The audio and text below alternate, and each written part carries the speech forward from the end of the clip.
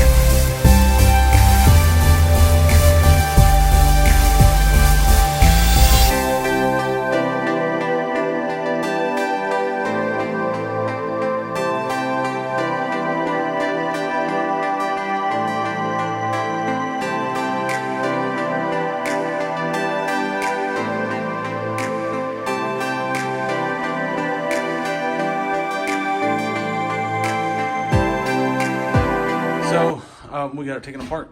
The boys are hauling off some trash right now. Gonna be pulling some more stuff off of there. I'm planning to use the radiator and the intercooler. Really looking at those motor mounts. I like them and they're in pretty good shape. So I am gonna try to retrofit those. That's gonna take a little bit of measuring and figuring out how I'm gonna do that. And I also gotta see where my independent front suspension is gonna go, because I'm putting a full IFS rack and pinion on the front with airbags, so hopefully I can still make that work. Anyhow, cleaned it up a little bit. I want to power wash it, but I just wanted to clean off some of the grease and oil and stuff on the front. Yeah, pretty excited about it. I want to take the serial number to Cummins, see if I can get any kind of history on it. I took the mechanical fan off. I don't think I'm going to run a mechanical fan. Probably go electric fans.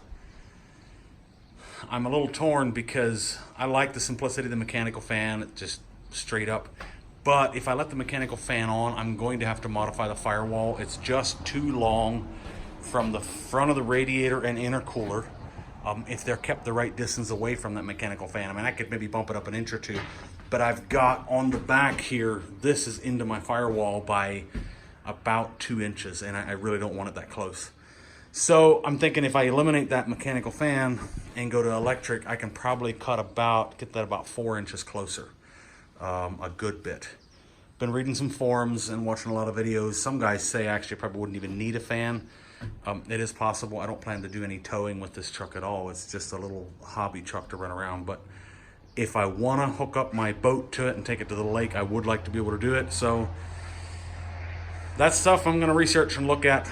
I'm also not sure this manifold, the studs are really, really rusted. I mean, they're actually thinned down there a good bit, like they lost a lot of body there. So we may be looking at taking that manifold off, putting new studs in, putting a different manifold in, get the turbo out here in the middle. Just some stuff I'm throwing around. Plan to go talk to the diesel conversion specialists in Kalispell and get some ideas from them, see if they got any advice for me. But anyhow, it is out, it is cleaned up, it is in neutral. So we're gonna give it a shot. I'm also a little curious here if this is a parking brake. I'm really wondering if it is. I thought it might have been a clutch brake, but the clutch brake is typically up in here. So that'll be interesting. We'll see what that's gonna come to. I've just never seen that on an output shaft. Granted, this came out of a truck. So if any of you guys watching this know what it is, hey, shoot me the answer.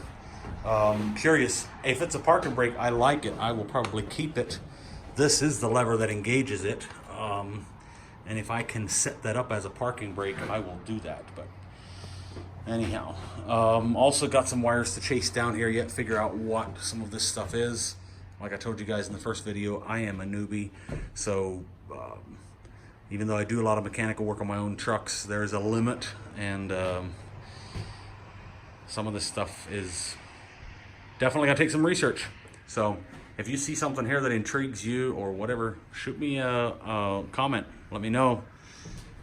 Go ahead and subscribe and hit the like button.